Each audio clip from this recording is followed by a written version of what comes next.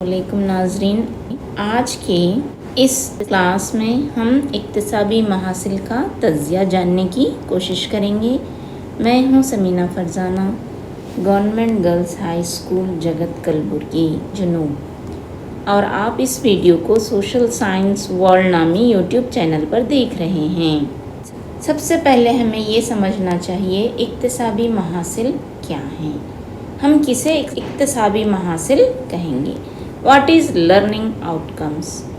اگر اس کا ڈیفینیشن انگریزی میں دیکھیں گے، learning out comes are statement of what is expected that a student will be able to do as a result of learning activity. اکتسابی محاصل وہ جملے ہیں جو سرگرمی کرائے جانے کے بعد طلباء میں ہونے والی مثبت تبدیلیاں، اسی کو ہم اکتسابی محاصل کہیں گے۔ طلباء میں جو تبدیلی آئے گی، منفی تبدیلی نہیں بلکہ مثبت تبدیلی، اس کو ہم لرننگ آؤٹ کمس کہیں گے۔ اکتسابی محاصل کیوں اور کس لیے؟ طلباء درس و تدریس اور اکتساب کو سمجھ سکے، اس لیے اکتسابی محاصل ضروری ہیں۔ طلباء اپنے اکتساب کے دوران استعمال ہونے والی حکمت عملیوں کو سمجھ سکے، اکتسابی اجزاء کو کسی طرح آسانی سے اخذ کیا جائے اس کے متعلق سمجھ سکے، اس کے لیے اکتسابی محاصل ضروری ہیں۔ اکتسابی محاصل مضمون کے اجزاء کو مختلف مراحل میں حاصل کرنے میں مددگار ہوتے ہیں۔ اکتسابی محاصل اساتذہ کے لیے، اساتذہ کو مضمون کی تدریس میں کون سے اجزاء کو زیادہ زور دینا ہے یہ سمجھاتے ہیں، اس کے متعلق معلومات فراہم کرتے ہیں۔ طلباء کو مضمون آسانی سے عبور حاصل کرنے اور سرگرمیوں کے انتخاب کے متعلق اساتذہ کو رہنمائی فرمانے میں اکتسابی محاصل اہم کردار ادا کرتے ہیں۔ تدریسی نکات کو مختلف طریقوں سے کس طرح قدر پیمائی کرنی چاہیے، اس کے متعلق بھی اکتسابی محاصل اساتذہ کو رہنمائی فراہم کرتے ہیں۔ متعین تدریس کے اختتام کے بعد بچوں سے اساتذہ کی توقعات کو جاننے میں بھی اکتسابی محاصل مدد دیتے ہیں۔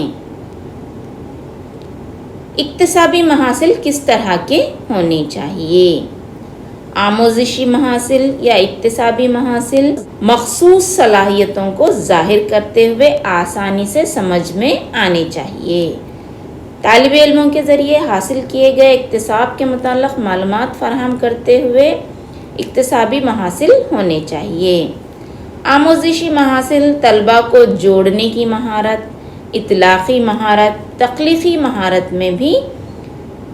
میں سے کسی ایک مہارت کی نشاندہی کرنے میں مددگار ہونے چاہیے، یعنی بچوں میں جو آؤٹ کمس آتے ہیں اس کا استعمال کرتے ہوئے وہ حالات سے اس موقع کو جوڑ سکے، کچھ نیا کر سکے، یہ کہلائیں گے اکتسابی محاصل۔ محاصل اس طرح کے ہونے چاہیے۔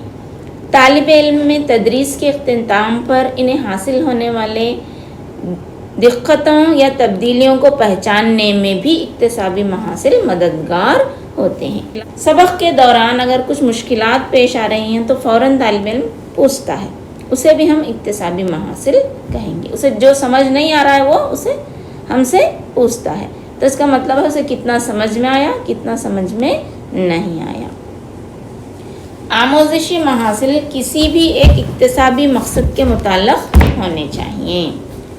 تدریس کے اختتام میں آموزشی محاصل قدر پیمائی کے لیے درکار ذرائع و آلات کے انتخاب میں رہنمائی فرماتے ہیں۔ آموزشی محاصل کا مقررہ وقت میں قدر پیمائی کرنا ممکن ہوتا ہے۔ اکتسابی محاصل کی عمل پیرائی کے مختلف مراحل اس طرح ہوتے ہیں۔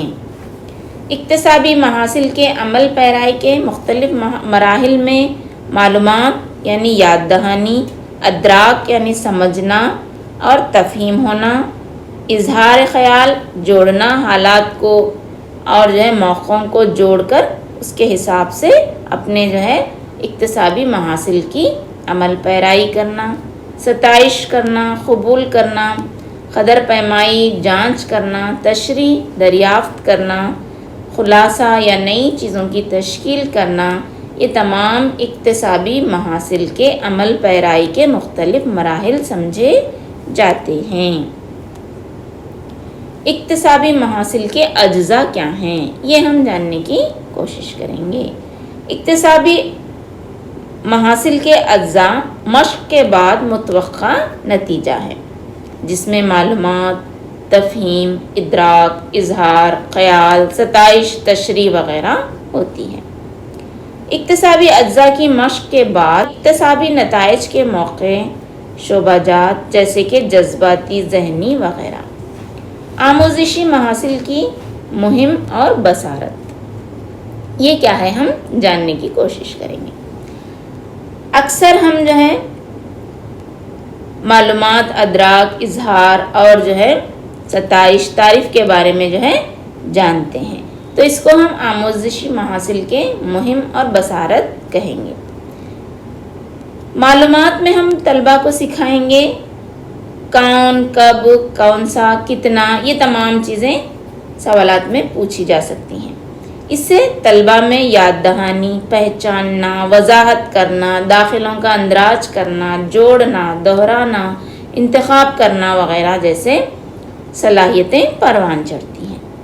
ادراک میں ہم حاصل کیے گئے معلومات کی بنیاد پر مقرر خیال کے متعلق غور و فکر کرنے کو کہیں گے۔ یہ مرحلے میں ہم طلبہ کو غور و فکر کرنے کا سکھلائیں گے، جس میں فہرست تیار کرنا، سوالات کس طرح کے ہوں گے، اس میں فہرست تیار کرنے کے سوالات، تفصیلی بیان کرنے کے سوالات ہم طلبہ کو دے کر ان کی بصارت کو ہم بڑھا سکتے ہیں۔ اس کے علاوہ خلاصہ پیش کرنا وغیرہ۔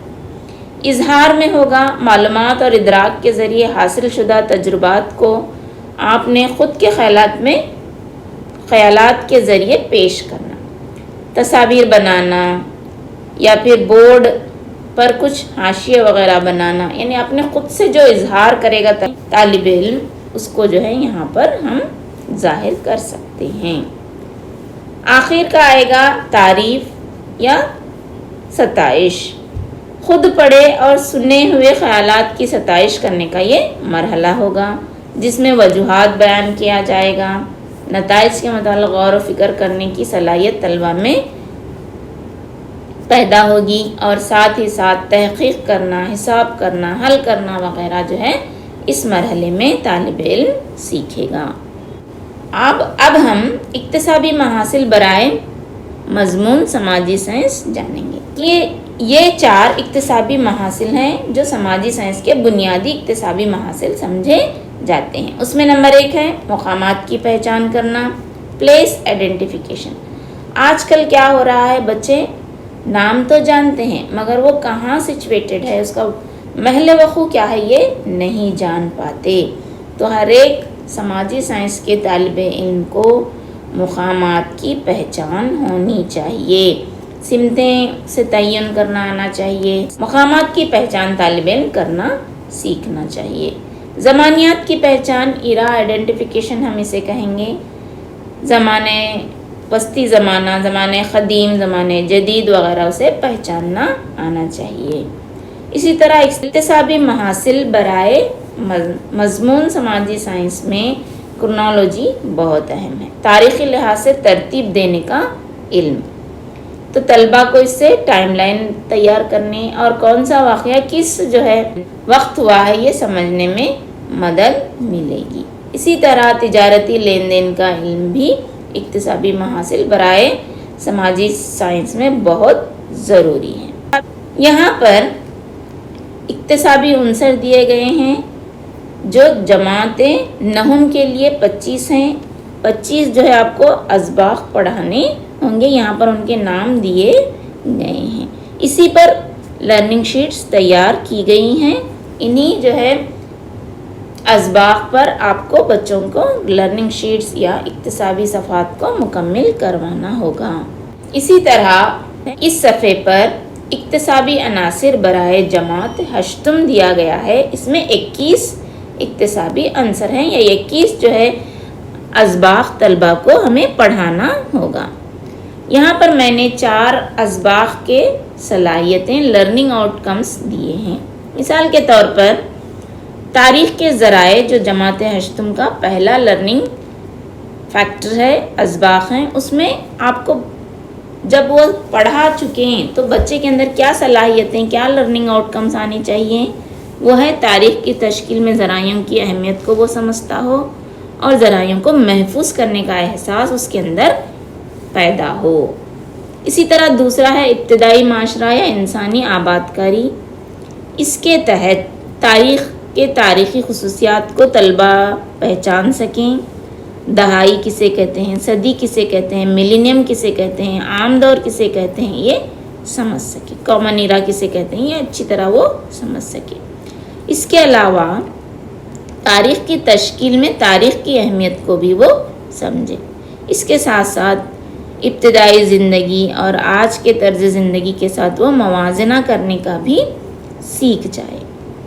ویدک دور اگر ہم پڑھا رہے ہیں تو اس کے لرننگ آؤٹ کمز کیا آنے چاہیے.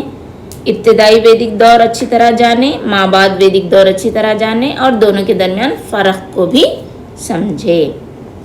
اگر ہم جماعت ہشتم کا ایک سبق دنیا کی قدیم تہذیبیں پڑھا رہے ہیں یا پھر اس کے لرننگ شیٹس کروا رہے ہیں، وہ ایکٹیویٹی، وہ سرگرمی مکمل ہونے کے بعد طالب علم میں یہ آؤٹ کمز، یہ اکتسابی محاصل حاصل ہونے چاہیے. وہ ہیں ان عوامل کو سمجھنا جنہوں نے تہذیب کے ظہور میں اہم کردار ادا کیا ہے. ان وجوہات کی فہرست بنانا کہ جو ہے دنیا کی قدیم تہذیبیں ایک دوسرے سے مختلف ہیں. اس کے ساتھ ساتھ سندھ کی تہذیب کے بارے میں جاننا، موجودہ معاشرے اور قدیم تہذیبوں کے درمیان مماثلت اور فرق کو پہچاننے کی صلاحیت بھی ہمیں طلبہ میں پیدا کرنی ہوگی. اکتسابی محاصل سماجی سائنس برائے جماعت 9. یہاں پر بھی پہلا جو سبق ہے، لرننگ فیکٹر پہلا جو ہے وہ ہے تاریخ کے ذرائع. تاریخ کے ذرائع کی اہمیت کو جاننا، ان کے ذرائع کے تحفظ کا رویہ طالب علم کے اندر پیدا ہونا، یہ اکتسابی صلاحیتیں ہیں. دوسرا جو لرننگ فیکٹر ہے، اکتسابی عنصر ہے، وہ کہلائے گا ادوار. ادوار میں طالب علم کو تاریخ کے مختلف دور کو پہچاننے کی خصوصیت جو ہے آنی چاہیے. تاریخ کی اہمیت اور خصوصیت کو جانے، واقعات کو سمجھے اور تاریخ کے مطابق بیان کرنے کی قابلیت اس کے اندر پیدا ہونا چاہیے. اسی طرح جدید یورپ کی تاریخی پیش رفت کر کے ایک اکتسابی عنصر ہے.